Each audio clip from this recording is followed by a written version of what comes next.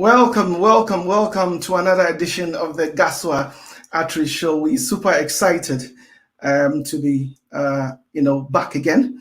Tonight we have an interesting discussion coming up, and I'm hoping that people are going to be joining us very soon. We will be right back.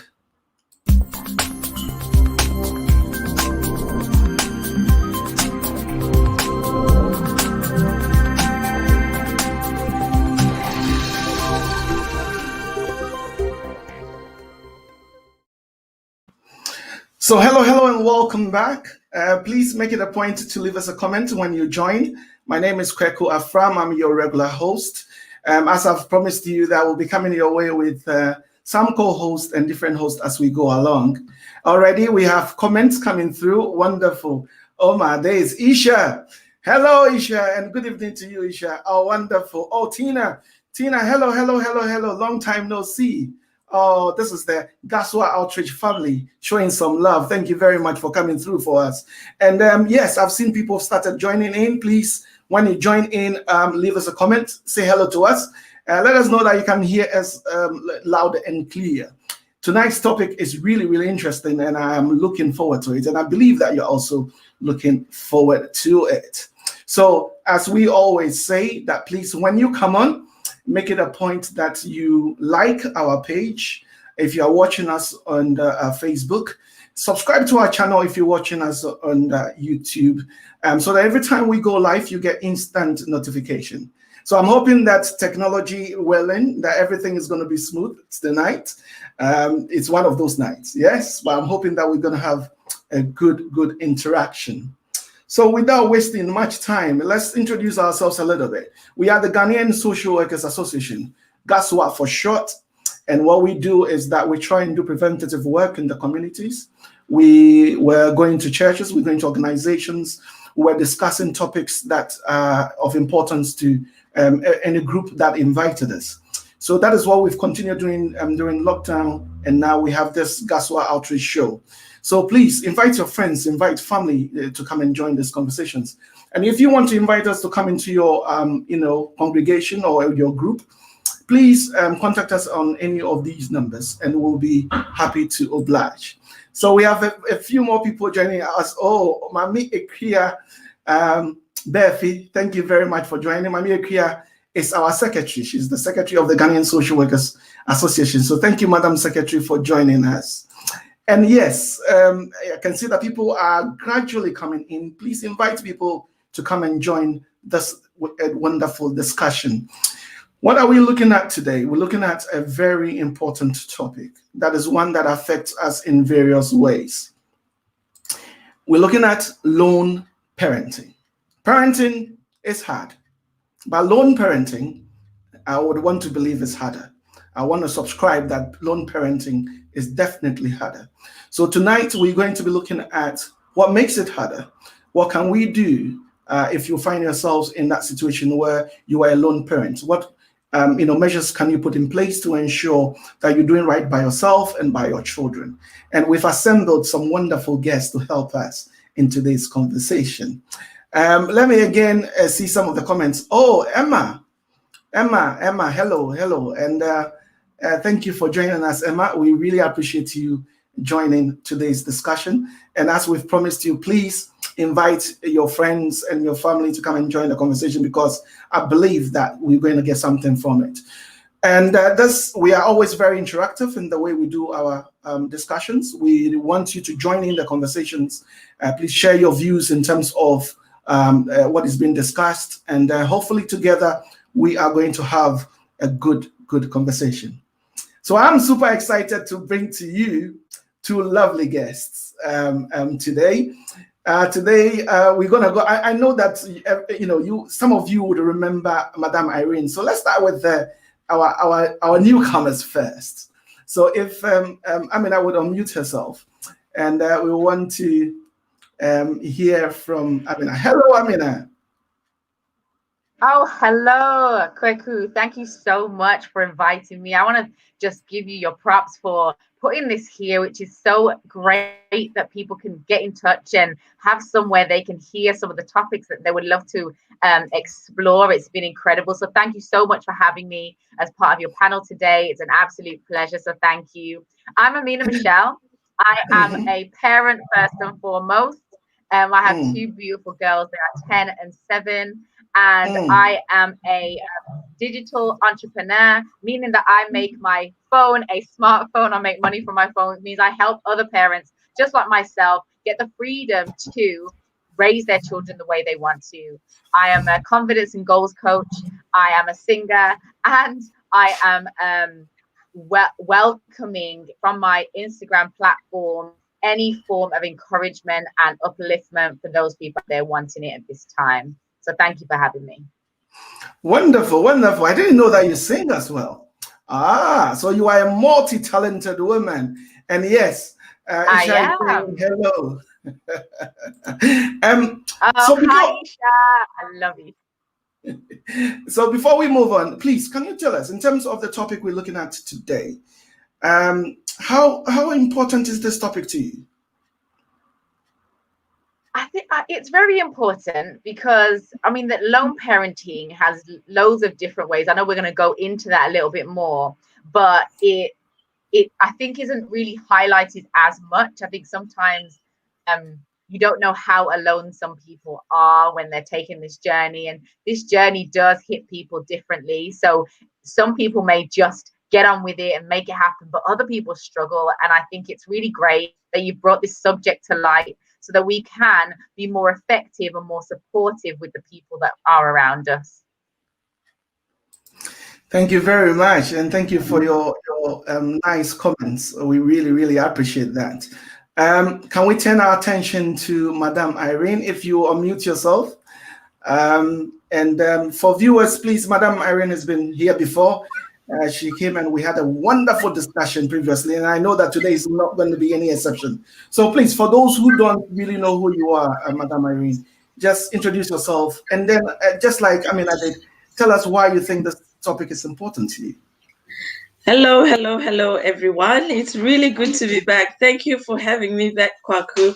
Yeah, I think this is a really, really good topic for us to be exploring. All the topics that you have, that you've brought so far are really, really, really fundamental within our communities, and they speak to a lot of what our communities experience. So I think that is great, and we can begin changing mindsets, and really exploring some of those concepts to a Mm. deeper level. So everyone, I'm Irene. I'm a lecturer in social work. And in regards to today's topic, it's something that's really close to my heart as well, because I have experienced being a lone parent. And so it's a journey that I would like to encourage others that are going through that process to really engage with it, because it can be very fulfilling. But I think within the communities that we live, kind of the Black African communities predominantly, it can be viewed negatively. Mm. So we really want to make a difference. We want to change that narrative. And hopefully we can do that tonight, at least begin to. Wonderful, wonderful, and thank you very much for the warm reception as well. Look, yes, please join the conversations, and I've seen that a few people are joining us. We are about 15 so far. You know, we want to hit 60 this time. Last 2 weeks we had great engagement, and this time too we don't want it to be any different. So thank you very much, and let's appreciate those who have joined us. Anwar, thank you very much for joining us, Anwar. Irene, your namesake, Irene. This one is with an E, rather than I. Josephine is joining us. Thank you very much, Josephine, for joining us. Obviously, our lovely Isha is watching us, and thank you very much for that. Francie is also watching us, and we really appreciate you. And as we said, Madame Latifa and Ikuya Dorcas is also watching us. So thank you very much for making a point to join this conversation. We are so excited. Let me change it to what we call BBC. 4. I'll just adapt it, maybe GBC2. That is our local language. But some mamunya kwaba. Mesra no yana between and sheda enya papa in kind for twin tia mo fanchame. And so en koma ene yebedi no, me pese obiara de ne ho hyem bi, ne tie bi. Wo adwen bi a kyerɛ wadwen. Na wo adamfo bi a frɛ no no ma metie nkoma yi bi na menim sɛ ɛbɛboa yɛ nyina. Enti no mesɛm a mo man yɛmmra ne mamme di nkɔmɔ kakra. Ene yɛse de awofo aka wo nko a. Again, tina eka onkwa. Ekwan be ne beba so aboa emu nsem ne ne ba beka enti no me mamu nyina akwa aba. So, if you don't understand our local dialect, I just welcome people that they should join our conversations. So we're going to go right into today's discussions. We want to start off by looking at how does one become a lone parent? What are some of the circumstances that lead to that? And if it's okay, I want to start with you, Amina. In terms of what you think are some of the reasons why we find ourselves as a lone parent. It's a really good question. And just before I say how we become lone parents, I always think that lone parents are always exclusively thought of as women.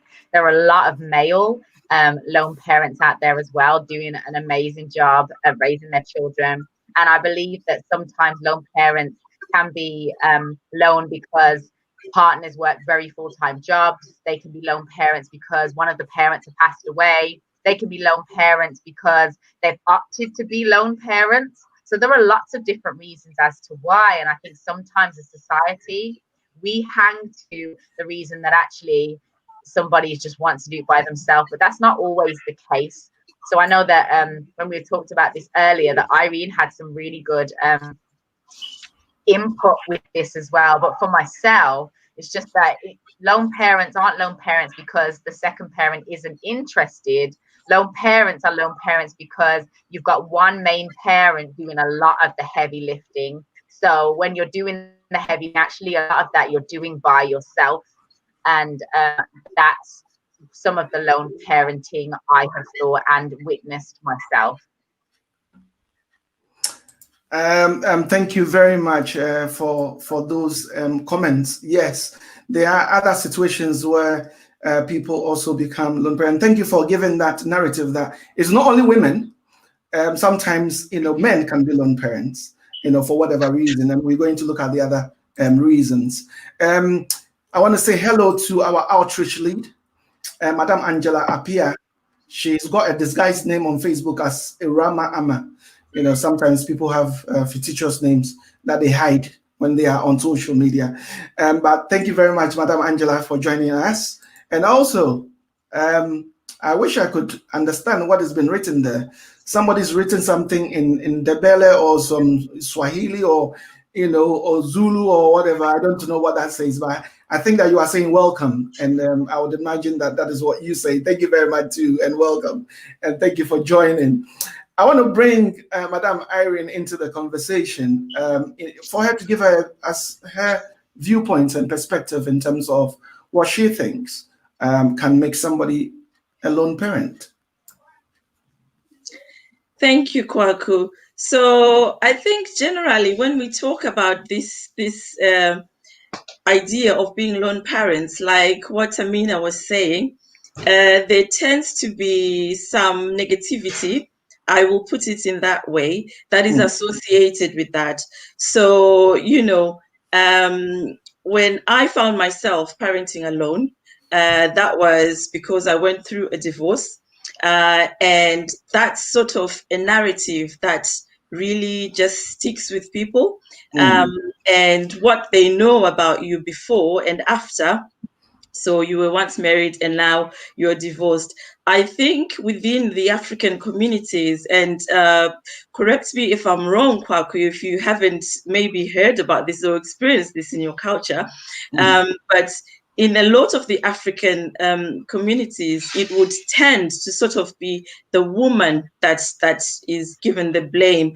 But actually, there are some reasons that are beyond control in adults, why relationships tend to break down, but it's never viewed in that sort of away. So that's one of the ways that individuals find themselves as lone parents, sort of through divorce. What we need to attached to lone parenting, I think, would be the positives of that, because as Amina pointed out as well, there can be choice really linked to lone parenting. Some people do not have the desire to get married, actually, and I know quite a few, but they do choose to have children and will be there emotionally, financially, and to protect their children, to make sure that they are thriving. And so why can't we look at it in a positive way? These are some of the things that really we can begin to understand, that people do have choice, and sometimes when they decide to parent alone, that can be celebrated as well. So there are people that might choose to go through the sort of donor way, and be parents in that way. These are steps that we can begin to embrace, and be supportive of, in our communities. So that's part of that too. Another aspect I think that we spoke about and sort of identified would be in scenarios where maybe you have two parents. I mean, we're all in the UK where we've migrated, we're creating opportunities, we all want a better life. And so you may find that two parents decide that one lives in the UK, another stays in Zimbabwe, for instance, where I'm from, looking and providing for the kids, looking after the kids, providing for them, and whilst the other is working and sort of contributing financially and things like that. But the one that stays, I think, from sort of the definition that we looked at, was the sort of day-to-day, the school runs, the homework, supporting the emotional well-being when children are going through difficult circumstances.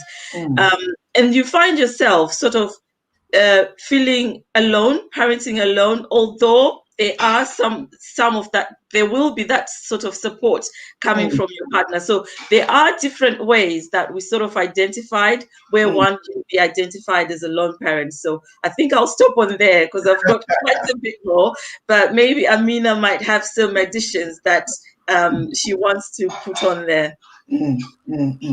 Yeah, thank you very much for that. And thank you for covering all the various aspects where you can actually be a lone parent even when you are living with your partner at home, and one is doing the heavy lifting and the other one is not bothered. They are not perturbed.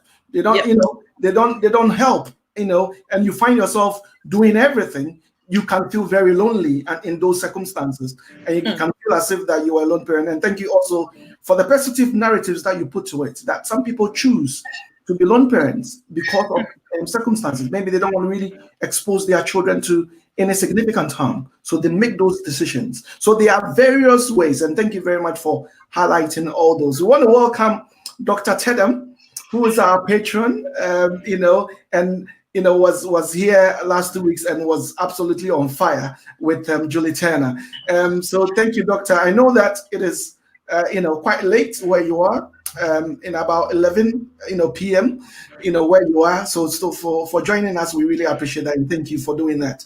And thank you. We also agree with the comments that have been made, by Madame Irama. Thank you very much for highlighting that. Yes.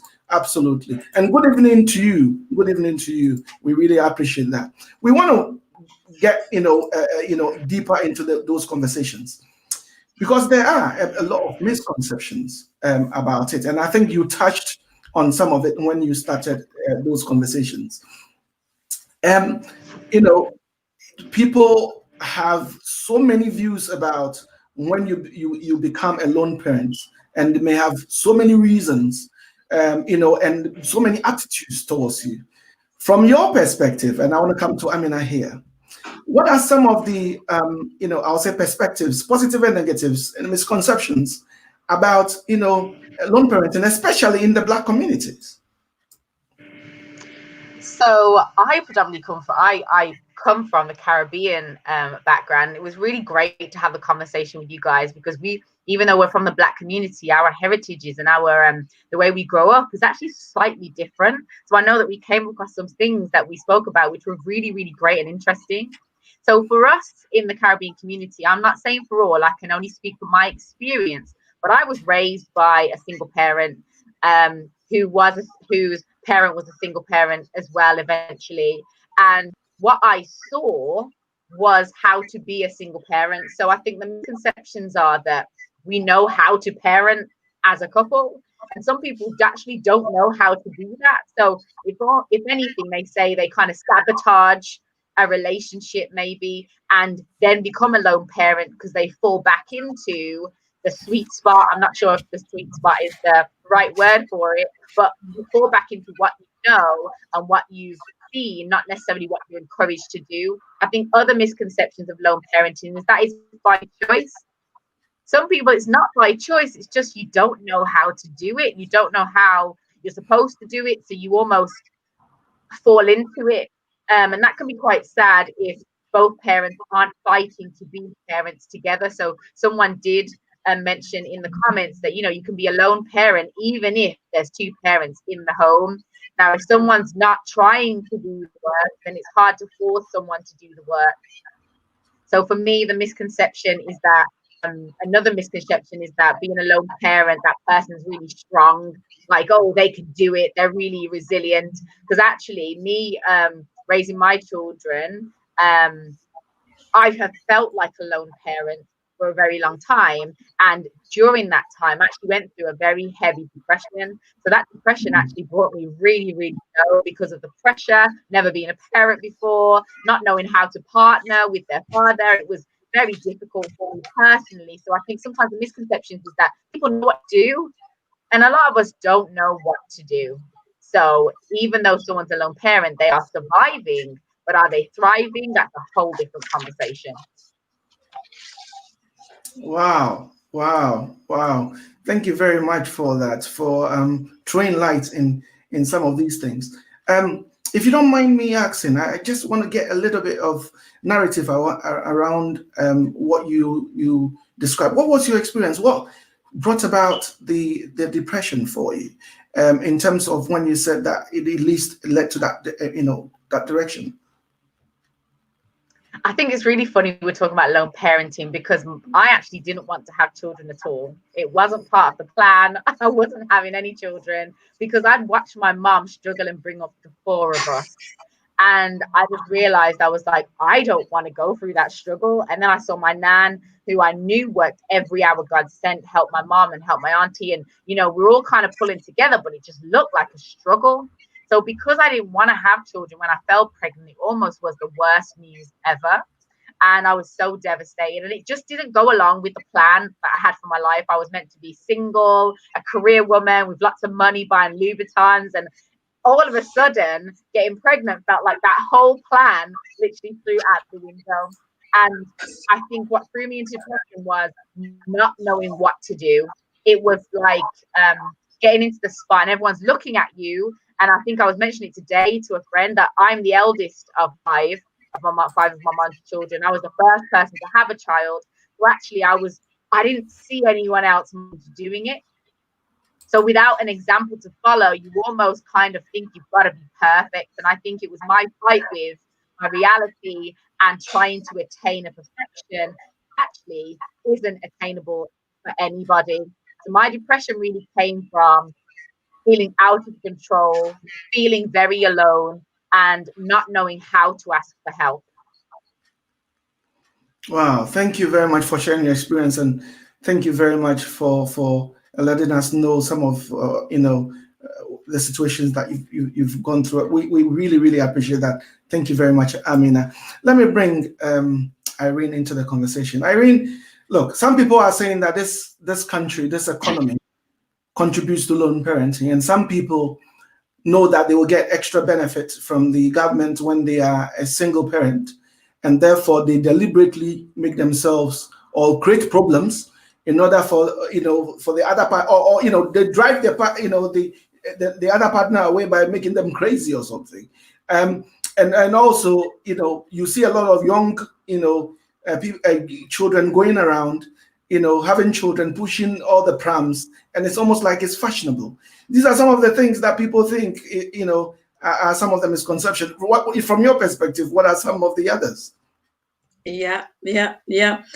I think religion has a really big part to contribute in some of the misconceptions, because when I think about some of my own experiences, and I will use that because I think it will speak more to people, was the fact that as a lone parent, people kind of viewed me in the church as, oh, now she doesn't have a husband, so the next thing is she's going to be looking for our husbands. So who can she get? So you kind of get that sort of labeling that maybe comes alongside with it, when actually all I was trying to do was be a really good parent to my kids.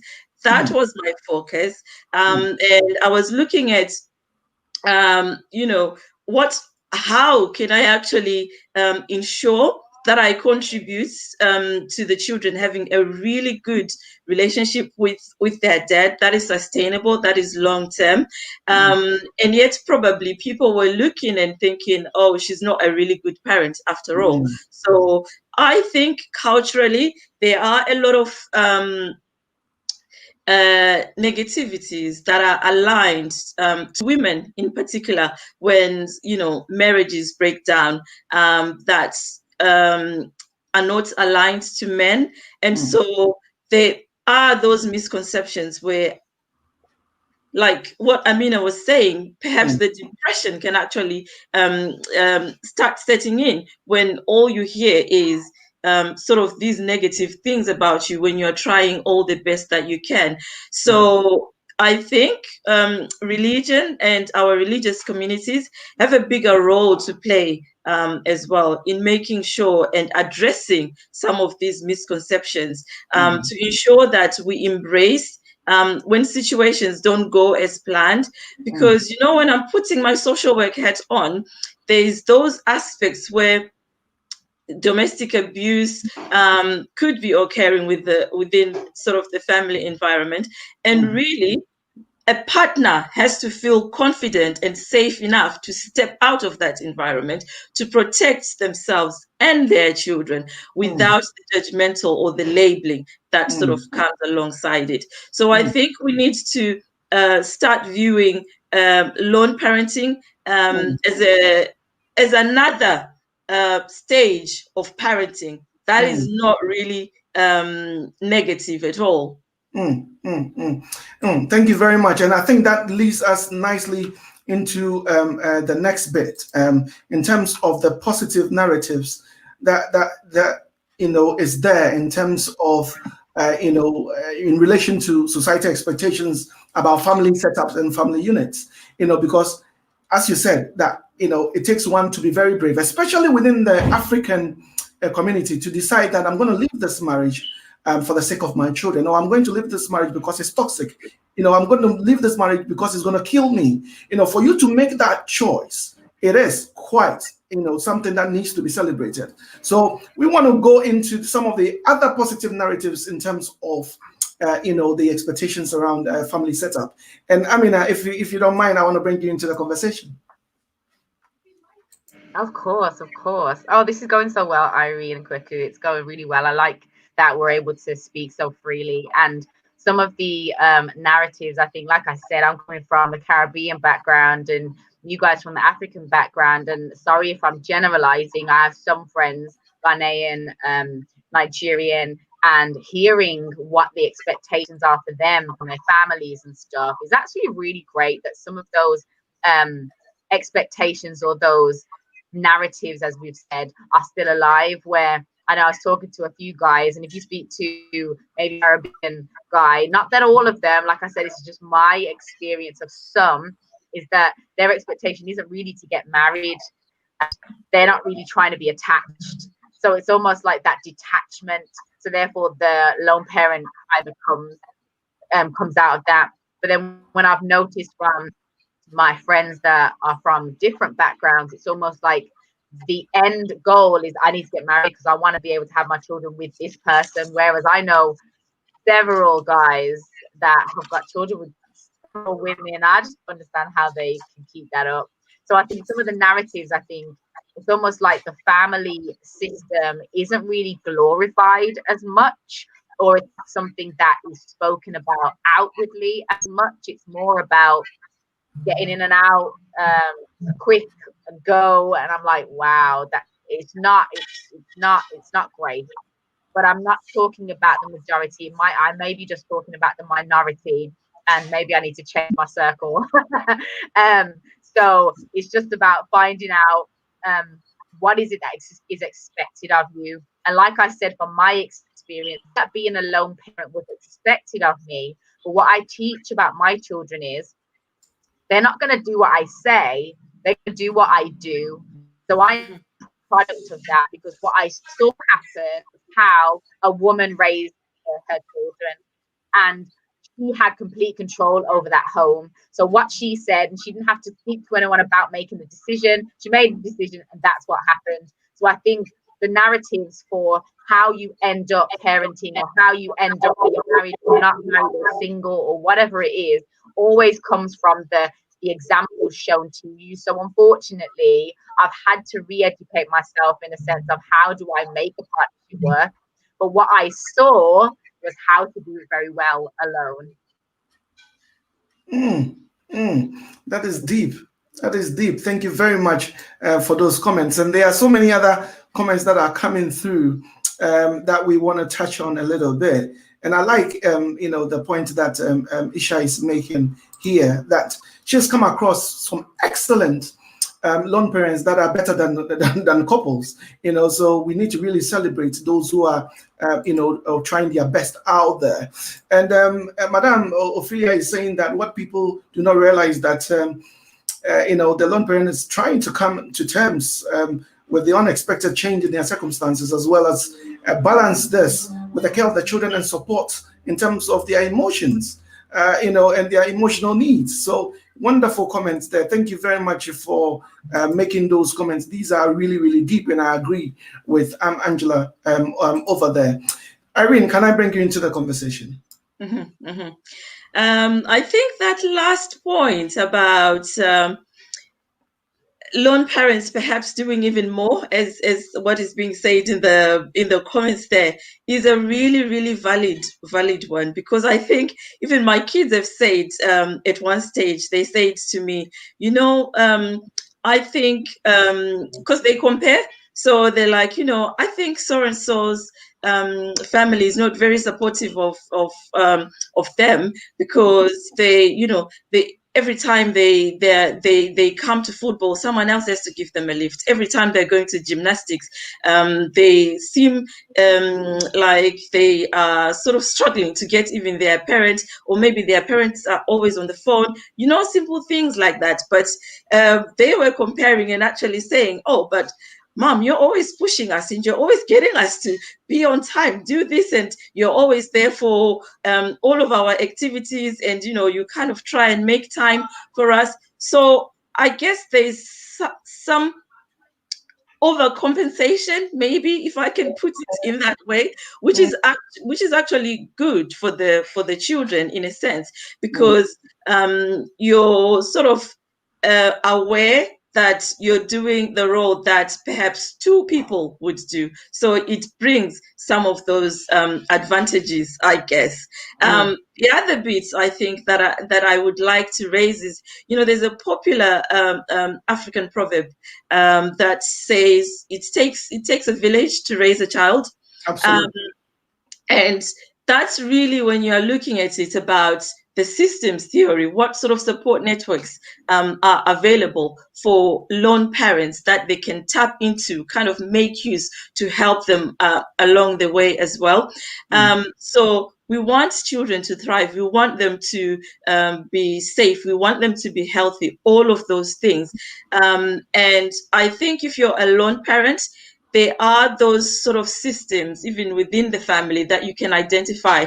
And that could be friends, maybe that you start building different networks to get that sort of support, to sort of help in upbringing the children. So you're going against some of those negative expectations, but actually using the strengths that we have within our communities to ensure the best care for children. Yes, yes, absolutely. And thank you very much for those wonderful comments that are also coming through. And I can see, the comments that are coming, that they agree. Yes, Ophelia agrees with those comments, that there are a lot of excellent lone parents there. And somebody is quite profound by the comments that have been made, and they are really appreciated the comments. Madam Barbara, hello, and thank you for joining us. Madam Trudy, our super #1 fan. I think these days, you finish work a bit late, so you join us a little bit late. And so she was there, as always, to tell us, Akwaba to you too. Welcome, Madam Trudy, for that. So very, very good comments that are coming through. And somebody's saying here that it's Isha, that I agree. Yes, that lone parents tend to overcompensate, which can put a strain on their emotional health. And people are ahead of us in terms of our conversation. We'll be jumping in a little bit into those other aspects as well. So people are agreeing with the comments, and somebody's also saying that, yes, ladies always consider themselves lone parents while they have partners. Oh boy. And I am a testimony to that. Okay, Trudy agrees with us, and thank you very much. And somebody's saying that it is not always a negative for children. It can be positive when the children can get the best of both parents as lone parents that live in a two-parent abusive home. People are agreeing to that. Let's get into it before we lose our thought of narratives there. We want to look at some of the other I would say situations that lead to lone parents, and I think some have already commented on that, and you've already alluded to some of it before. But let's look at some of the factors that would lead to one becoming a lone parent. And as usual, I want to start with you. Thank you.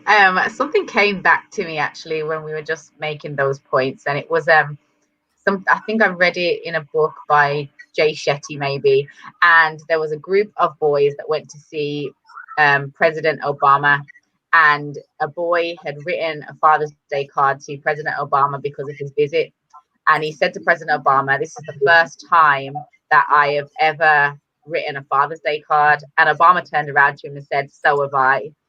It's the same for me as well."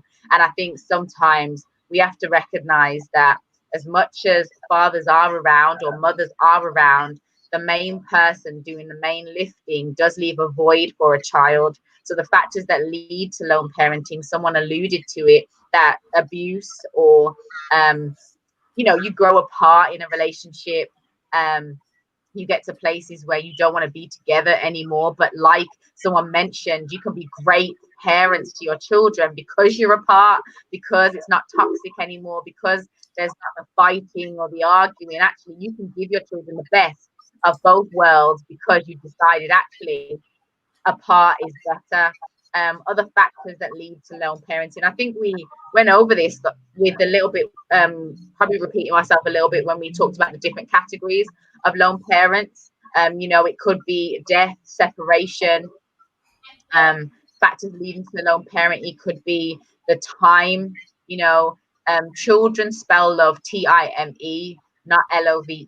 And I think when you are lacking in time with your children, actually it does put you in a position where your impact is smaller than the other ones, and that's not intentional, because then that parent now has to overcompensate, has to be at all of the games and all of the this and all of the competitions, because someone needs to be cheering them on, exactly like Irene had said. And I do all of those runs for my children, to every single thing that they've done.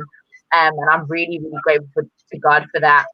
I missed one and I was devastated, and it still upsets me that I missed that one assembly. But yes, as that lone parent, you want to make sure you're there for your children. You want to make sure that you're doing everything you need to do for them. So the factors that lead to it sometimes become a little bit fading in the background. They fade in the background compared to what you have to do. And someone else alluded to it as well. So you guys are really on fire in the comments. You know, you're trying to deal with the idea of not being a lone parent while being a lone parent. That was the plan. That wasn't the plan to be a lone parent. You didn't get together to be a parent by yourself, unless you did, which is a very small minority of people, I believe. So you didn't expect to do that. So lone parenting, there's so many factors that come into play. But the overriding thought is, okay, how does that lone parent then deal with that pressure? How do they deal with that? Because you've also got the backlash of a child who's not seeing a parent that they would love to see.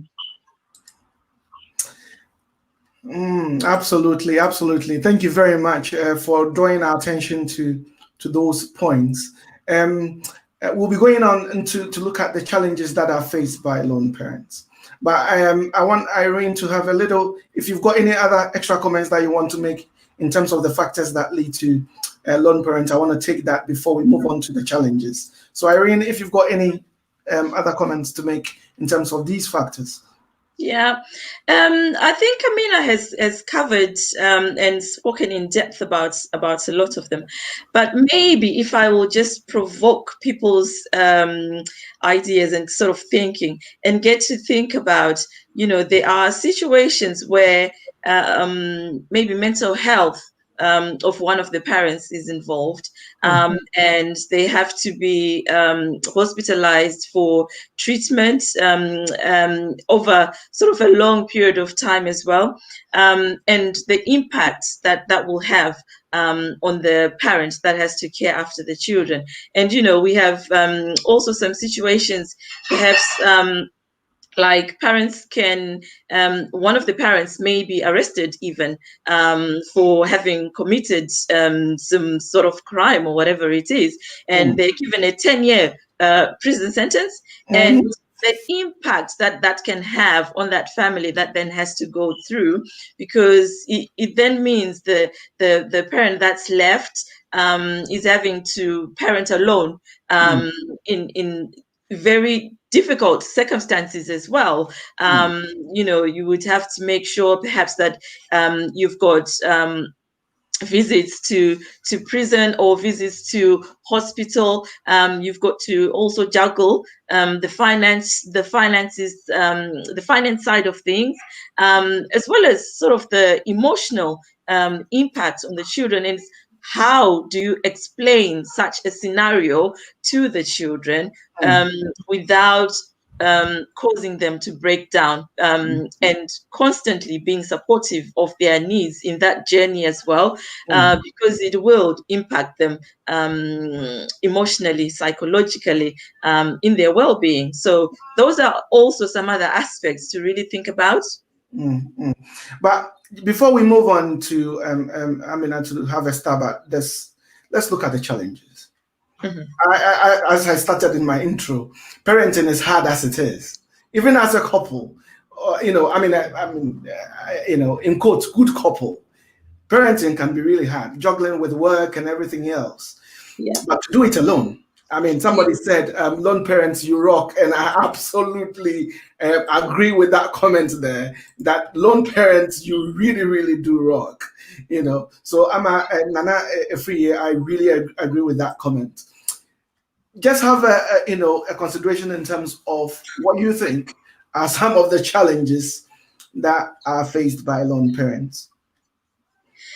I think one of them really is what I started to think of, to talk about there, in how do you communicate to the children when things go wrong.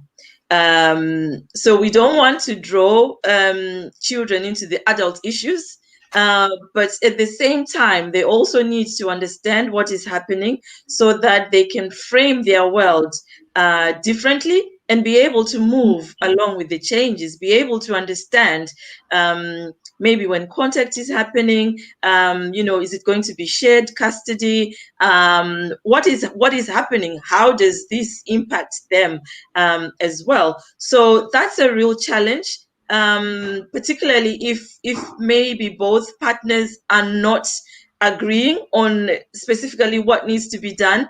And there's a danger, I think, that children can then be drawn into sort of the adult issues which do not concern them. So maybe the parent that's staying with the kids end up saying, a lot of things that the children shouldn't know about, and that can cause tension in their relationship with the absent parent. And so I think that's a real challenge in how you communicate and making sure that the language we use is age appropriate. It's right for their level, that they're able to understand what is going on, but without giving them too much information that then impacts on the relationship that they have. Thank you very much. And I want to bring Amina into the conversation here. Hey, you are doing it now. You are right in it. Tell us some of the challenges that you are experiencing and facing as a lone parent. I think a lot of it is mental health. Mental health is possibly one of the things that are going to be the make or break of you. And one of the challenges I'm having is getting that time for prayer, for meditation, for reading, the things that are going to build me up so I can be strong enough to be the parent I desire to be for my children. I think when it comes to communicating with my children, I'm very clear that I allow their father to communicate with them when it's anything to do with him, so that my communication of it isn't colored by how I feel. Because my main thing is that they are a part of both of us. And I want them to feel badly about their dad personally. I wouldn't want them to feel badly about that relationship. I would love them to feel the best because they are part of both of us. So sometimes that is a challenge when they're not of age. But my children are old enough now for me to allow them to communicate with him. And the challenge is sometimes it's not how I want it to happen, but then you have to kind of let go of how you see something. Because how we as the lone parent or the main carer of the children do communicate with your children. It's almost the challenge for me is the agreeing how we deal with things, agreeing with how we approach things, agreeing with how we do things, because we've got different mindsets or different ideas about how to go forward. So my challenges then come when it comes to making decisions. But I can say, you know what, God is really good that most of the time we can come together and make a decision that we're both happy with. So I'm very grateful for that. But I do know parents that do struggle in that area. I think other challenges for me are the day-to-day having your children, the day-to-day. And I haven't got, their father loves them. Their father is very interested in having a relationship with them. But the lone parent side of this thing is when my daughter was sick the other night and I'm getting up every hour because up because she's crying, and then I'm not going to bed till 3 a.m. It's getting up in the morning and they're not ready, or something happens, or someone's sick, or we got to get into school, or the school calls and I'm the only person they can contact. It's a lot of the everyday things that you don't think about. It's the diet. My daughter was just diagnosed with celiac last year. It's me now understanding this whole new condition because I'm the main person feeding her. So although her dad understands, actually he's not interacting with it the way I am. So a lot of the challenges, yes, there's the big things, but actually it's the really small things that people think are small things. And they say about a mosquito bite, how can something so small make such an impact? And the simple fact of the matter is the little things do really count. So for me, it is the little things. It's teaching them things. It's talking to them about things. Yeah, it's puberty. Someone mentioned puberty. I'm not kind of there yet. But yeah, it's having those conversations and having to just do it and have to wait for the second person. All right. Thank you very much. Please, when you make your comments, keep them short and sweet. When you put essays like that, it covers the whole screen and we can't even see people. Yeah, keep them short and sweet. And I know that you are making some very, very important points there. But please make sure you keep it succinct so that we can cover it nicely. But people are making some really, really, really good points about some of the challenges. Some of it is even how you discipline. A typical example is that, and unfortunately, if the situation is such that the child goes over at weekend to the other parents, and that other parent will be doing occasional indulgences. Every time the child goes there, it's fun. So it's only weekend. So when the child goes there, all they are doing is playing. There's no structure to the day. So every time they go to that and come back, they bring you trouble because they've had so much fun with that, playing and doing all the nice things. But when they come back, it's school time, it's routine, and you, the main carer, is the one that is going to be struggling with that as well. So, I mean, these are really, really, really key challenges. Ophelia is saying that communication is the key. Communicating is the key. And Isha is saying that she agrees with Amina's, nice, wonderful comments. Let's get, a bit more into the conversations. In terms of challenges, can I come to you, Irene? What other challenges that has come to mind before we move on to opportunities of how we manage some of these challenges? I think there are some financial implications as well that can come alongside with that, because suddenly where there was income from two people, there's income from one. And actually, all those indulgences, as you were talking about them, when they used to be there, how does the one remaining parent, actually sustain that and ensure that, they are still providing the sort of standards maybe that the children are used to. So it takes, communication. Someone was talking about communication there to really get the children to understand, not involve them in financial matters, but talk to them in an appropriate level that they can be able to see how things will be different. And then it's not coming as a shock every time they say, oh, but I wanted to buy this. Then it's suddenly, no, I can't afford it. And yet they were used maybe to getting some of those things. So there is that sort of negotiation that needs to happen. And actually that needs to happen between both parents. In making sure, this good cop versus bad cop type of thing doesn't happen. It's not something that is frequent because we do have to parent in what is in the best interests of the children, because they are going to be adults. And so we have got to teach them financial responsibility. We need to teach them manners, all of those things that parents do.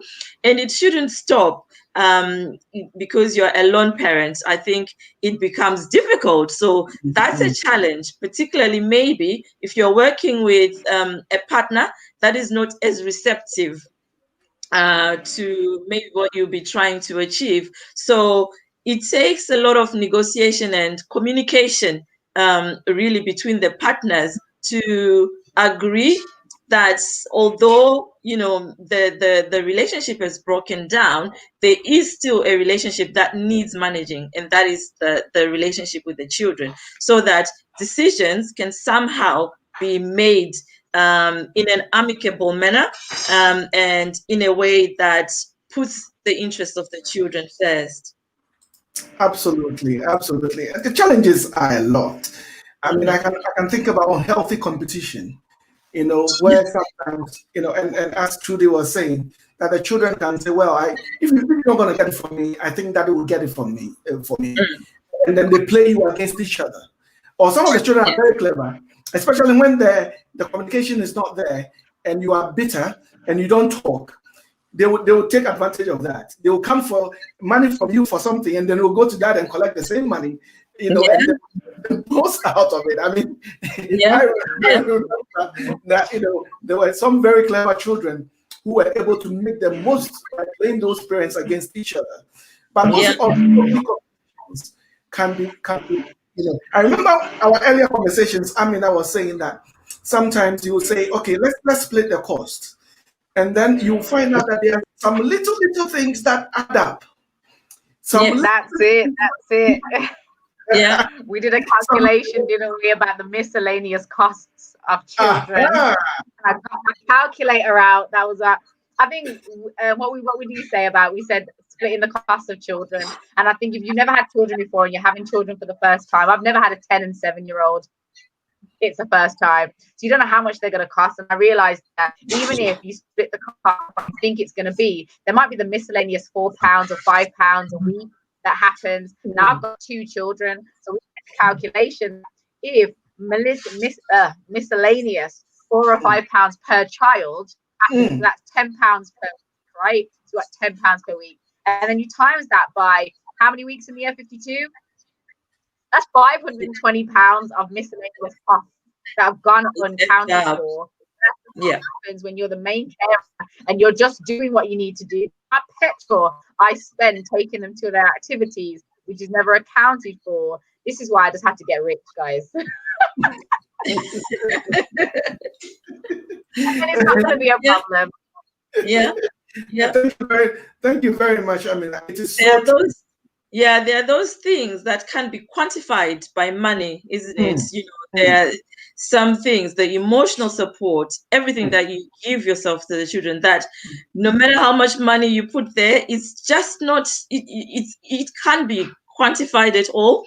And so that's a real challenge, because you can't explain that struggle to anyone. And I think also there's a bit about networks. You mentioned something about competitiveness, you know, the sort of competition between parents, and that's sometimes I have noticed within communities when marriages have broken down, that they compete for the friends that they had before and after, and actually all that does is cause grief and strife, because you know, one person has their version of why the marriage broke down, the other person has perhaps a different version, but because they are not agreeing, hence the separation, they are not really agreeing on what caused the separation. It means that friends start choosing the sides, who they think might have done this, or maybe who, and all it does is really just cause a lot of unnecessary stress, a lot of unnecessary conflict. And so I think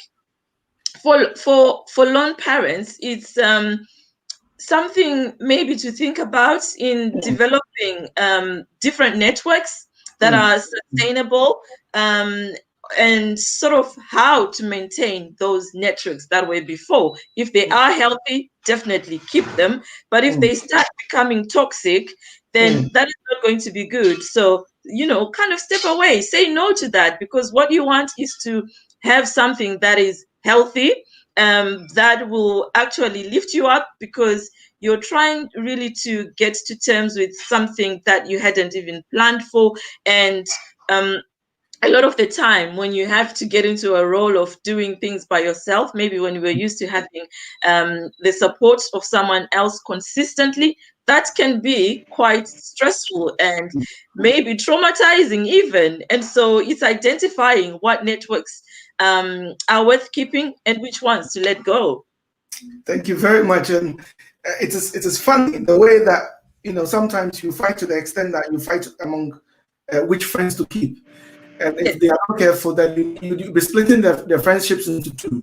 There are those that will come on your side, or those you can see, and those that you can't see. And it can be very nasty and very ugly. You know, it amasipa, and then someone can say, "You're not for crying, do baby, I'm not in ear corn." We want to move on a little bit and then look at this. You see, so we've touched on some of all these difficulties and some of all these challenges. This question is in two parts. One is that how do you create opportunities as a lone parent to spend quality time, especially if, you know, it's a bitter divorce and the children are blaming themselves. The children think that, you know, before I came along, mommy and daddy were quite happy, and maybe they are fighting because of me. And or the children want, you know, they are torn between, they are divided loyalty. They have to choose between, you know, this or that, or who to live with. Or it can be really, really difficult. How do you manage some of these challenges and these situations? And then the second bit is that, how do you look after yourself? Let's look at the first bit first, and we'll look at the second bit. As usual, can I come to you, Amina, first? Of course you can. Of course you can. I see what's happening here, guys. I see what's happening. I think quality time with your children, I think, can be really strained when you're the lone parent, because I have to think about a few things that I do in one day. You know, I work from home, so I've got to do the washing, I've got to cook for them, I've got to feed them, I've got to read with them, talk with them. They want prayers at night, they want to talk to me, they want to do this, hang off me, hang on my head, and I'm like, oh my gosh, the day just keeps going and going and going. And what part of that quality time? Because a lot of that, sometimes we're trying to rush through. Oh, let me just get this done. Let me just get this done. Let me get this done. And one of the things I realized, quality time has to be stillness. And we think because we're with our children all the time that we are spending quality time, when actually we're not, because we're not still enough. And my children, I've really taught them to articulate how they feel with different things, because when they tell me, Mom, you're not paying attention, Mommy, you're not listening to me, I'm trying to talk to you and you're not hearing what I'm saying, because I've taught them to ask for what they want and to be very clear with me as well. I said, Mommy's learning too, and it's about being transparent. This is what we would like to happen, this is what we're doing together, this is what our expected end is going to be, so let's work together and make that happen. And for me, I've had to really stretch out to find that quality time. And sometimes the quality time is while I'm doing their hair and we're watching a movie. Sometimes the quality time, last week, we got out of the house at 7 a.m. and we went to the park and we just played. Because we went back to school and I realized it was going to be hard for us to wake up. I said, we're going to the park. They're like, really, Mum, in the morning? I was like, yes, we're going to the park. And we get to the park at 7 a.m., then get home for breakfast. Got them a diary each, and we've been sharing what we're grateful for, what we're looking forward to, and those are the things we've been able to do together. And that for me has been quality time. And it could be just an hour in the day, but that time they will remember.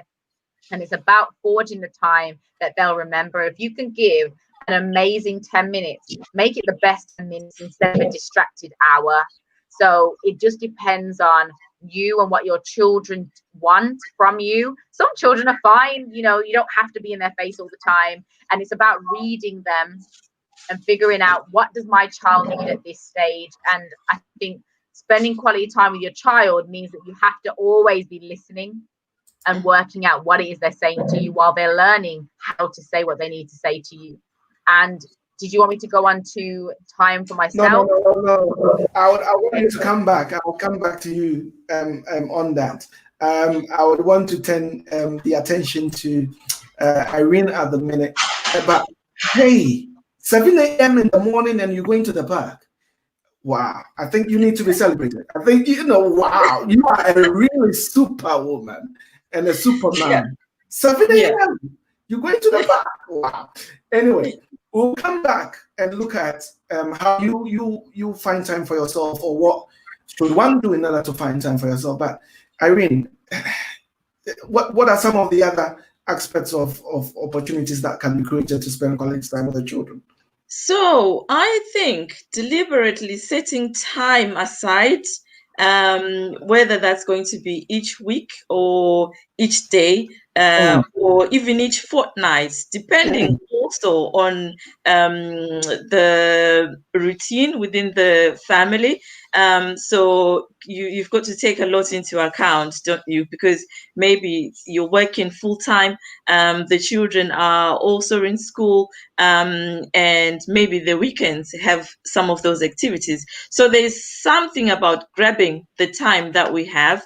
You know, as social workers, we always say this, some of the best conversations that we have with the people that we work with service users, where you get a lot of information, could be in that ride in the car and you're taking them to an appointment or whatever, and you sort of talk to them in that way. So that can be a deliberate act that you really know. Maybe I will talk to my child when I'm driving them to I don't know, netball, something like that, and you have that time to connect.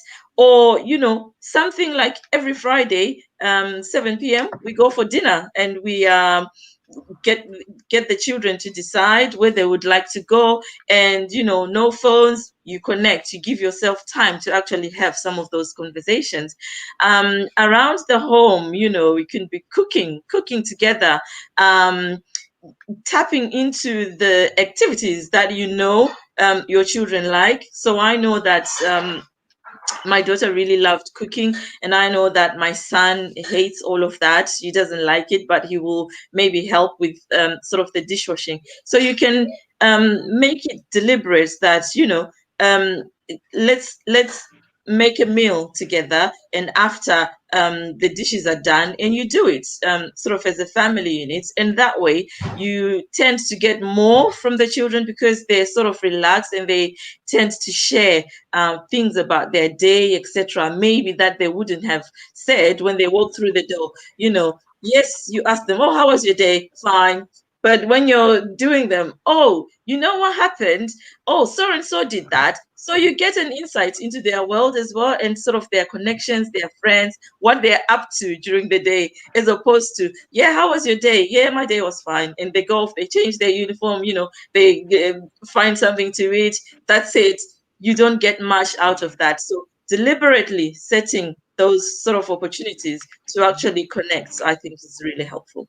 Absolutely, absolutely, and you are right on that, because it reminds me, my son recently started secondary school, and in splitting the roles, I decided that I will take him to school and get him. And but when we're coming back from that ride from school, and I asked him what happened today, what interesting thing happened, what friends have you made, have you noticed any girl you are interested in, or is somebody caught your eye, those conversations were so rich.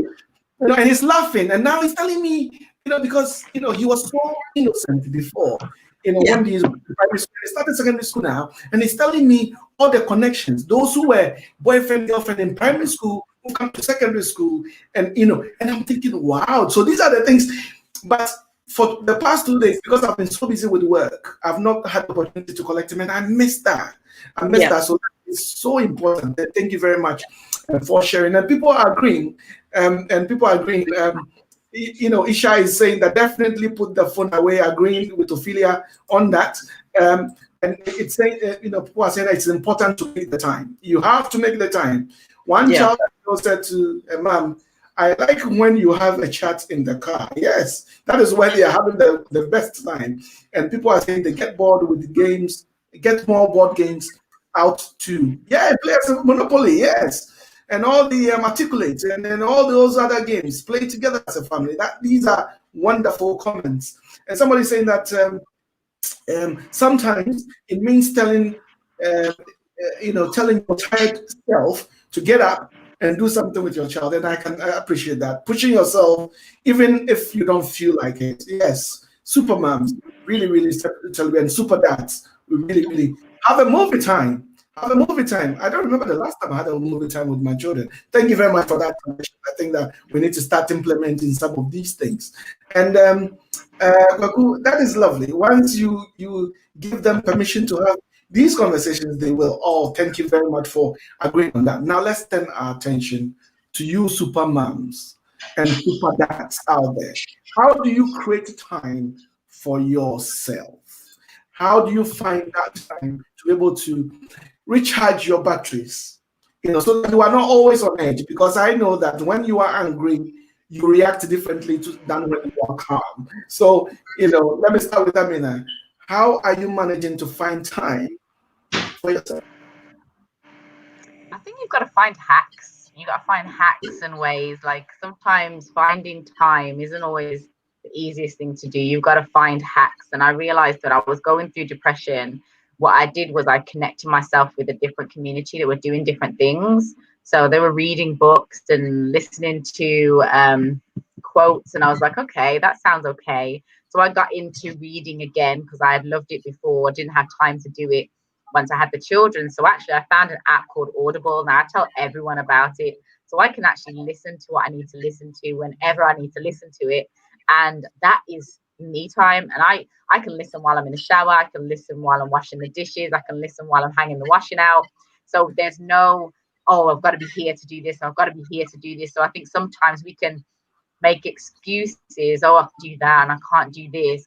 But actually, how could you do it with an activity you're already doing? So Audible is one of the things that saved my life, because listening to audio or autobiographies, listening to books that helped me to see who I was, listening to adaptations of the Bible and someone breaking down a scripture and for me seeing it from way, these things really helped. And if you don't want to pay for Audible, you've got YouTube. I still use YouTube. YouTube University can take you on whatever course you want to. Yes, you can look at all the rubbish stuff, but actually there's some really great content on YouTube, especially even this show. I mean, being able to access this absolutely free for the questions that we've got and for the interactions that we need to have. We have to find a way to do that, because one of the main things for me is I'm going to be pressing on my children. They're going to see me. I'm the one they're going to see every day. What is it that I'm presenting to them? Am I happy about it? So I knew that I needed to give them out of my overflow. I couldn't make my cup be empty again, because that's the thing that spurred me onto depression. And I had suicidal thoughts at sometimes as well. So I knew that I couldn't remain empty and be a good parent. So for me, it was essential, and it is essential for us as parents, lone parents, parents together, like we raising children's hard, or a challenge, sorry, we have to feed ourselves so that we've got something to give. And now I realize that my children see me as a role model. That was my goal. I wanted to be their role model, but I needed something to allow them to play themselves off of. My daughter said to me the other day, she said, Mom, do you get nervous? And I went, yeah. She went, you get nervous, Mom? I went, yes, babe, but I do it anyway, because I know that I'm capable. And it was a lovely teachable moment to say to her, as great as Mommy, as she thinks Mommy is, Mommy still has moments where I'm nervous or I don't get things right. And I share my mistakes. I share when I'm tired, the nicest way possible. I was putting them to bed once, and I was like, hey guys, you've really got to go to bed. Come on now, we've really got to go to bed. And my daughter said, Mom, you're a bit cranky, aren't you? You're tired. And I went, yes, baby, Mommy is very tired. She went, we're going to go to bed then. And it was really nice, because we've had those conversations, had those communications where we can understand each other. Because she's had mood swings, and I said, babe, Mommy feels like that sometimes. Sometimes Mommy feels like she's a bit moody.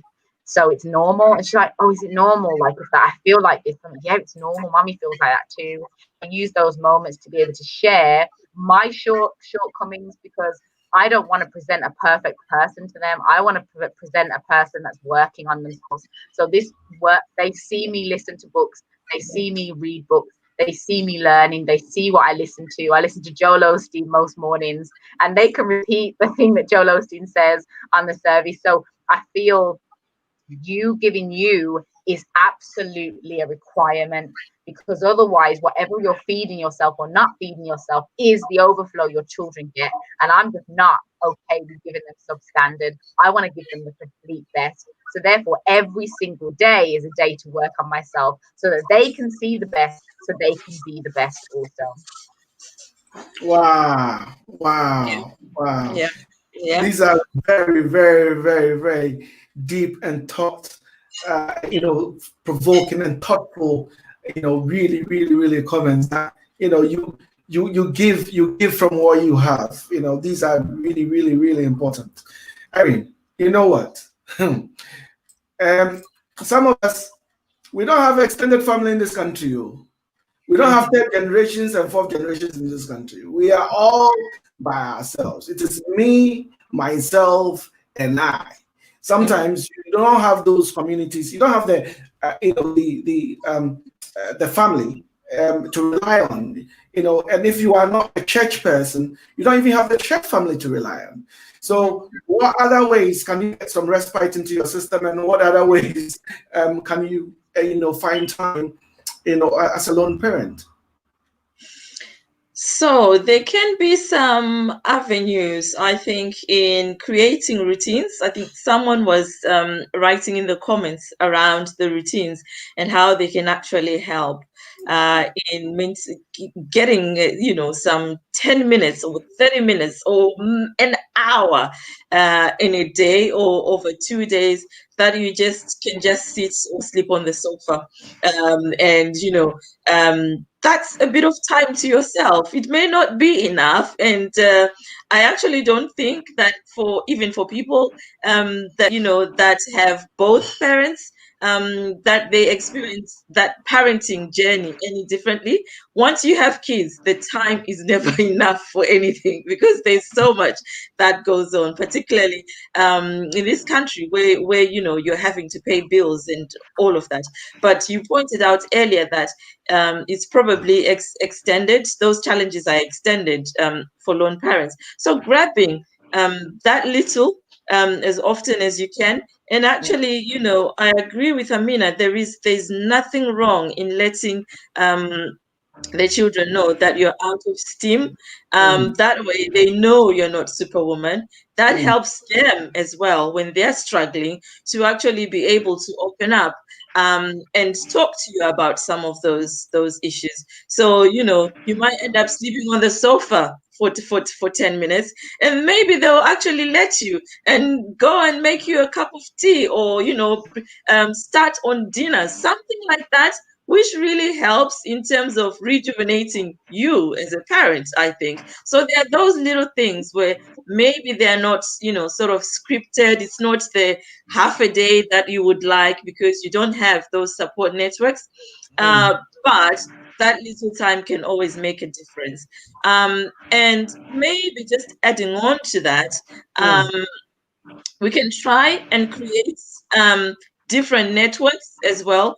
That means actively going out into the communities, maybe on there's different things that come through our doors that maybe you might like to do. So it could be like netball one evening on a Wednesday. It could be maybe gymnastics on a different day, or it could be the choir. It could be something like that you can try and find childcare if the children are really young, to enable you to start making those different connections, building those different relationships, which may actually result in making connections for the children too. If maybe you connect with a mom in netball who's got similar age children, or slightly older, slightly younger, but they may start a friendship. You never know with some of these things. So it's being open to actually explore and be creative in how to build new networks and build new relationships as well. Yeah. Wonderful. And thank you very much for those comments. Can I take a moment to appreciate the comments that are coming through? That yes, you can have connections with other parents if you are alone. Maybe on the school ground, try and connect with some of the maybe friends of your children, and then maybe you might be able to get a bit of time there. And there are a lot of people who are agreeing to the comments that please make time for yourself. And people are agreeing very much with your comments in terms of being honest with the children. Because sometimes when they say that, I'm really tired, so please help me here, go to bed. To bed, so that I can get a good time. And mommy, you are really cranky. I like that bit about what you said. And thank you very much for those comments. Can I also just quickly say hello to our patron who's just come through, who's planning her husband's 80th birthday tomorrow. Wow. God has blessed you. Ma'am, that is, one of our patrons, Amana Mieje, who's been quite coming to our show. Wish Daddy, happy birthday for us tomorrow, and give him a special treat for us. Thank you very much for that. Now let's move on. I think that we are gradually coming to an end in terms of our discussions, but it is difficult. Some people, as I said before, think that when people choose to become non-parents, that it's because of the benefits, it's because of the finances, because they would get access to a few other things, and sometimes that can be a barrier. So can we look at some of the support that is out there, and the other barriers that stop people from, accessing those supports, and what we should actually be doing about it in order to make sure we get all the support out there? And as usual, I'm sorry, Amina, I'll come to you first. Personally, I think you can ask a lot of questions. You can find out a lot of things, but I feel like we have to put ourselves in a position where we can be financially strong independently of the government. I'm not saying to go without the government. If you need to go and get that help, get that help. There are things out there. But I definitely am in a community of women and people who are getting financial freedom. And what that's done is for people's mental health and for people's financial situation and for how we make decisions.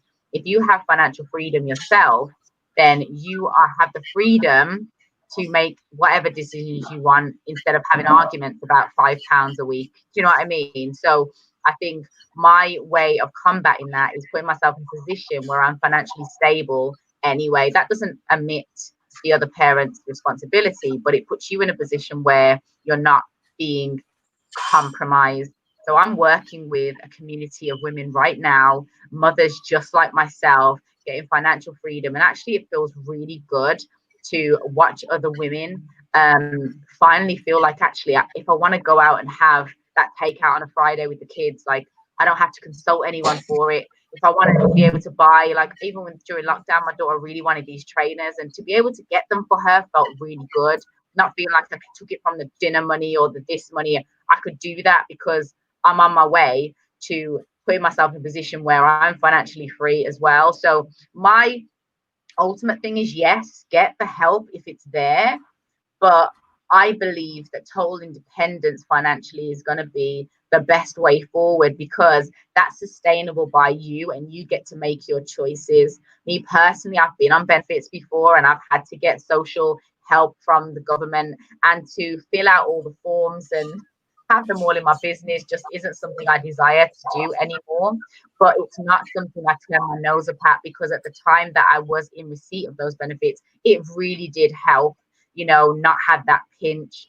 But I, for one, am saying if there's any women out there that want that help, I'm a confidence and goals coach. And I think sometimes building your confidence to believe that you can be who you say you want to be, and you can have the life that you want for yourself and for your children, it is possible. And one time I didn't believe that it was possible, but right now I know that it is. And I'm working with women and helping them. I had a lady give up her full-time job just last week because she was able to do that, and she's got 4 children.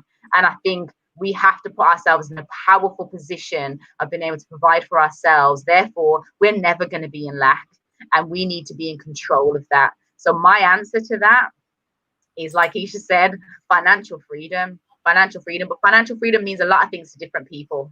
It could just mean a takeout every Friday and being able to afford that. It could mean moving out into the house you really want to live in. Whatever it is to you, go after it. And if you ever want help with that, reach out, because there is help out there for you as well. So I'm on Instagram at iam.AminaMichelle. And if anyone wants to ask me how I'm doing it, feel free, because I feel so liberated.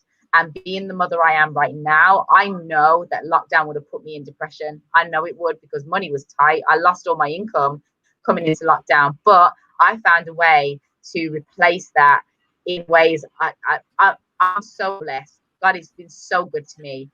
He didn't even let me feel the anxiety. So my answer to that is to, yes, get what's available to you if that's where you're at. But if you're at the point where, I really want the freedom, I want to get out of debt, I want to buy the things I want for my children, take them on holiday, buy them the clothes that they want. I've been able to get the kids clothes, and they need them. The cost didn't go down because we're in lockdown, because everything stopped. The cost didn't go down. It still continued. But if you want freedom, it's definitely out there. And I'm experiencing it right now. Wow. Before I bring in, because you just mentioned that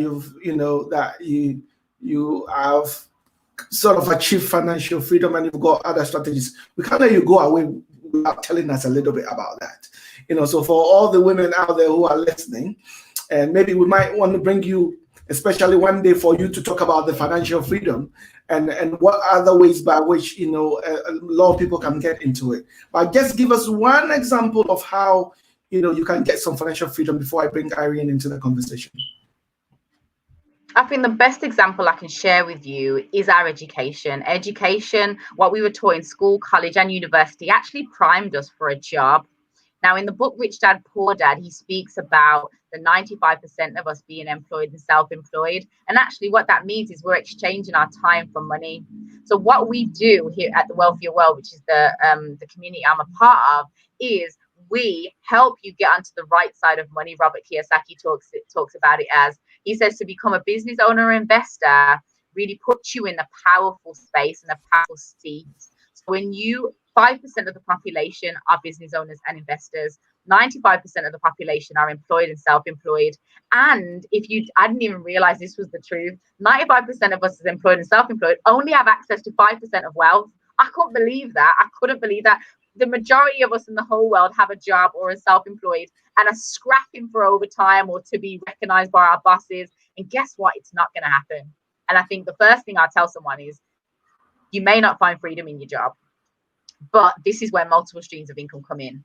And when business owners and investors, what they do is they leverage systems and they have access to 95% of the world's wealth. Can you believe it? 5% of the world, 5% of the world's population have access to 95% of the world's wealth. And that says to me, what are they doing differently that I'm not doing because I don't have that access? So my one thing I can leave with you guys is read Rich Dad, Poor Dad. If you want to hear exactly what I'm doing, that will take a whole, we'll be here all night.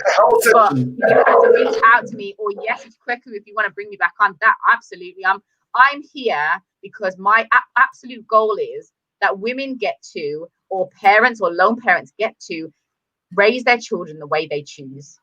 Now, there's a lot of people that would love to home educate their kids, but actually they can't afford it. They can't afford to pay for all of this and pay for all of that because things still cost money. But there is a way you can do it. And I've had my children up for the last 3 days. They had a bit of a sore throat, but because I work from home, I have the flexibility to say, actually, I'm keeping them at home so that they're well. I don't have to fight with a boss. I don't have to fight with this or that. I could still work and my children can be at home. And that kind of flexibility is priceless. And if someone wants that kind of flexibility, that's what I have access to. And yes, if you want to talk about financial freedom, I've really, really, really gone to town in educating myself on the things that I was not grown up to know.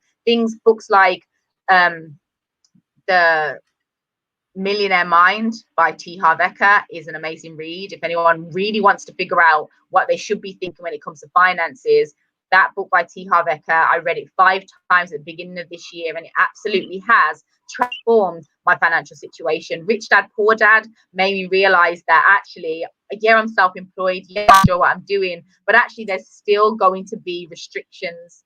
I need to diversify. I need to find out what it is I don't know, because we don't know what we don't know is the ins and out of it.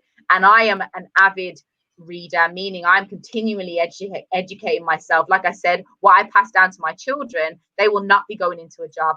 They will not have to get a job. They're going to learn what I learned right now, so they can have choices like I didn't. I had to get into my 30s and then decide that I had choices. They will always have choices based on the decisions that I make right now. So right now, I am working with any mom, any dad, any individual that wants choices.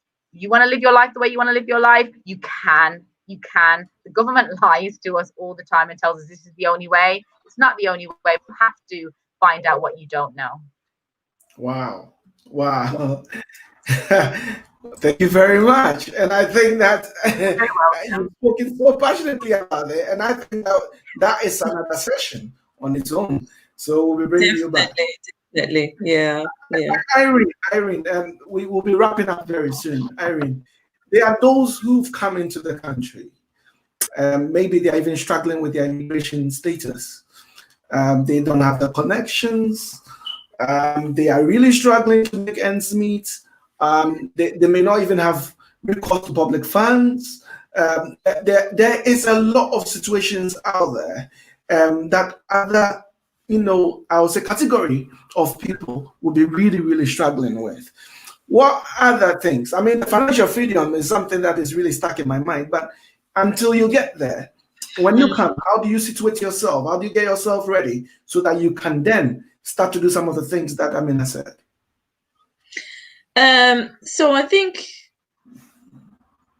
there's support available for lone parents within the local authorities that we are in, and even if you don't have leave to remain or things like that, these are not things that you are asked to produce your IDs and all of those things, but they are support groups. And it's really about making those connections. So, for instance, I just did a Google search this afternoon, actually, when I was thinking about what other support networks are there in Milton Keynes for lone parents. Yeah, and it came up with a support group that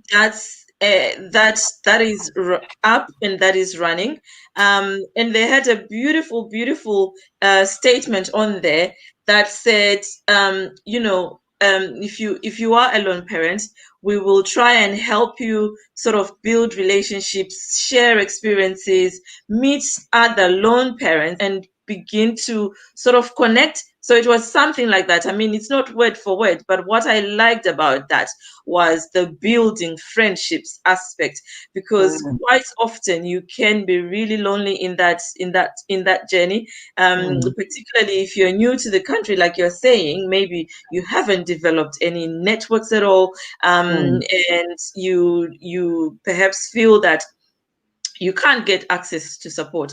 There are certain things that you can use the internet, even if you haven't got internet in the home, or you can't afford it on your mobile or things like that. You can pay in the libraries to get some sort of access. So it can help in bridging those gaps in loneliness. And actually, through sharing experiences, you also build your own knowledge and learn from others in that sense. So I think that would be a good starting point. I can also advocate that our communities are sort of the best resources that we have when used appropriately. So, we have elders within the communities. So it's about exposing yourself to your particular community and identifying what can be of help. It's not all the time that communities will be helpful, but it's worth finding out. Maybe is what I can say as well. Thank you very much. Thank you very much for those comments. It's been very, very educational and very educative today. So we are going to be wrapping up soon. And thank you for all the comments that has come in. And truly, I like that. She says that she makes the rules. She's her own boss. She's been self-employed for 20 years. Wow.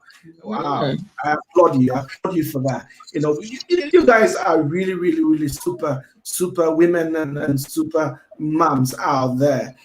So as we wrap up, I'm going to come to Amina. What are your final advice to any lone? We've talked about so many things today, but what would be your advice to any lone parent out there? My main advice, very, very simple. Matthew 7, verse 7, ask and it shall be given you, seek and ye shall find, knock and it shall be opened unto you. And the reason why I say that is sometimes we suffer in silence. We don't know what we don't know. Don't be the smartest person in the room. Be around people that can teach you something, help you, move you along.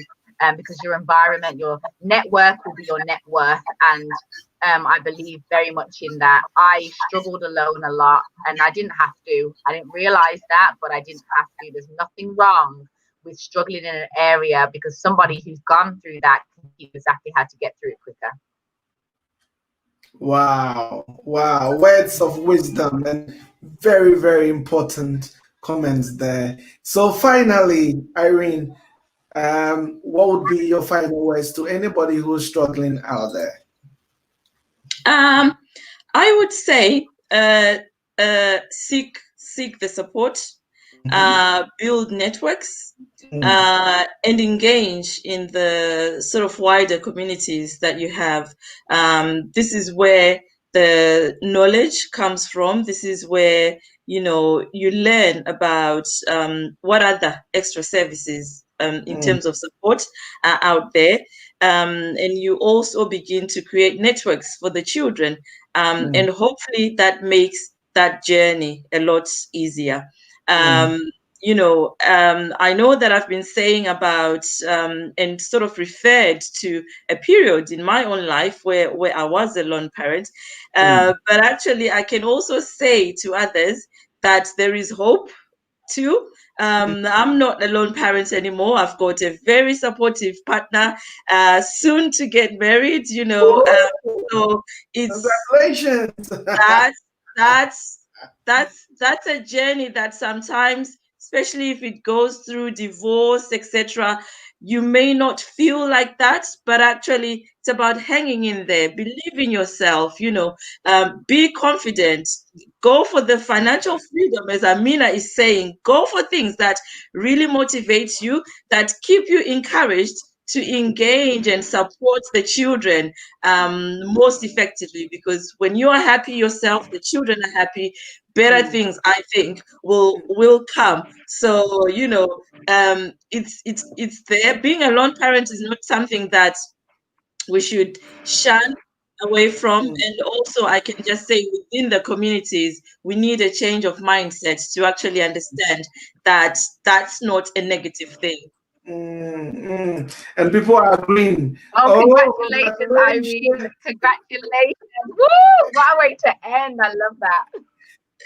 Thank you. That is a wonderful way to really, really end, that there is light at the end of the tunnel if it's not by choice. If you've not chosen to be a lone parent and it's happened due to death or divorce or abusive relationship or other circumstances, that there is actually light at the end of the tunnel. I don't know how long you were a lone parent for, but eventually she's engaged to be married. So thank you very much. Please, please, please, please, please help me say thank you to my wonderful guest. Help me just type in thank you, thank you, thank you to the lovely Amina Michelle and Irene Mano, who've been wonderful, wonderful tonight. So please, please type something, and say thank you. Thank you. Oh, congratulations are coming through. Congratulations are in order. Thank you very much for those comments, and thank you. Bring them through. Yes, well done. And thank you. Bring them in. Wonderful, wonderful, wonderful, wonderful. So we are so thankful to our wonderful panelists today again. So thank you all for those wonderful comments. So thank you. Yes. Ma'am Sewa, who's recently joined the GHASWA, is also saying thank you. And Yatu is saying thank you. And Loretta is also there. She's saying thank you. And Mary is saying thank you. FY is saying thank you. Congratulations to in order, COVID permitting, if you do the thank you, everyone. COVID permitting, if you do the invite us, yes, and the congratulations and the thank you messages are coming left, right, and center. And it is absolutely in order. It's absolutely in order. And thank you to Akwele for those wonderful comments. And Philomena, thank you too for all those wonderful comments. So yes, and congrats again. That is I think we'll be congratulating you the whole day if we want to kind of people are really Mike is saying or Bike is saying that congratulations. Thank you for that. Yes, wonderful. So can I extend our super appreciation for making the time, for coming through to share those wonderful experience with us. Guess what? Next week we want to turn our attention to the fathers. Yes, we want to look at the role of fathers in parenting, because I think that since we started this conversation, we have neglected the fathers indeed. So next 2 weeks, when we come back, we want to turn our attention onto fathers and the absentee fathers, the role that fathers have to play, and their contribution to parenting is what we're going to be looking at. There is also something that has happened in the Ghanaian community recently, where a pastor, a man of God, supposedly man of God, got angry with his wife in the US. I think that there was some history of domestic incidents, and he was recorded on phone, on camera, saying that he was going to kill his wife, to the wife's family. And indeed, he went and carried out the act, shot her 7 times within the Ghanaian community. This is something that is unheard of, that you would calculate, orchestrate and go and carry out such hideous crimes. We want to come back, because we've done domestic abuse before, in the past. So after we look at the fathers, in the next 2 weeks, the following 2 weeks, I think we need to come back and look at this issue of domestic abuse again, and then look at why these things are still happening, because this is current, and a lot of people are really worried and concerned about that, and also the narratives about that. So I want to thank you again, and I want to say goodbye to Amina first, and we'll say that we'll talk soon. But thank you very much for coming through, and God bless you, and God bless your ministry, and God bless all the wonderful things that you're doing. You are a super mom, and we celebrate you. So let's say goodbye to you then. All right, okay. So let's say goodbye. Bye for now. And then I'm also going to say goodbye to Irene. Irene, you've been really, really, really, really wonderful. And we really appreciate you. And thank you for coming through and making time. The same, God bless whatever you're doing. Congratulations. And as we said, the COVID permits, invite us, we'll maintain social distance. Invite us. Thank you. Lovely to be here. Thank you, everyone. Thank you too. And okay, goodbye. Goodbye for now. Goodbye for now.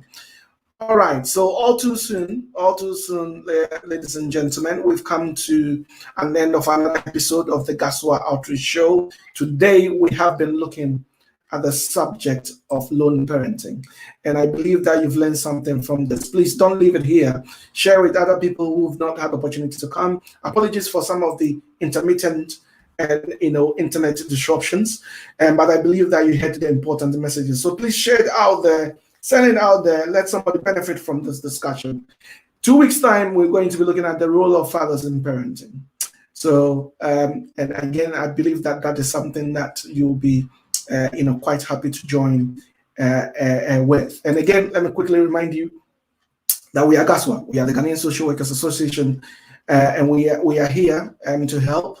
So if you need any help, please don't hesitate to contact us. We'll come to your groups, we'll come to your churches, and we'll come and talk to people who will benefit from that.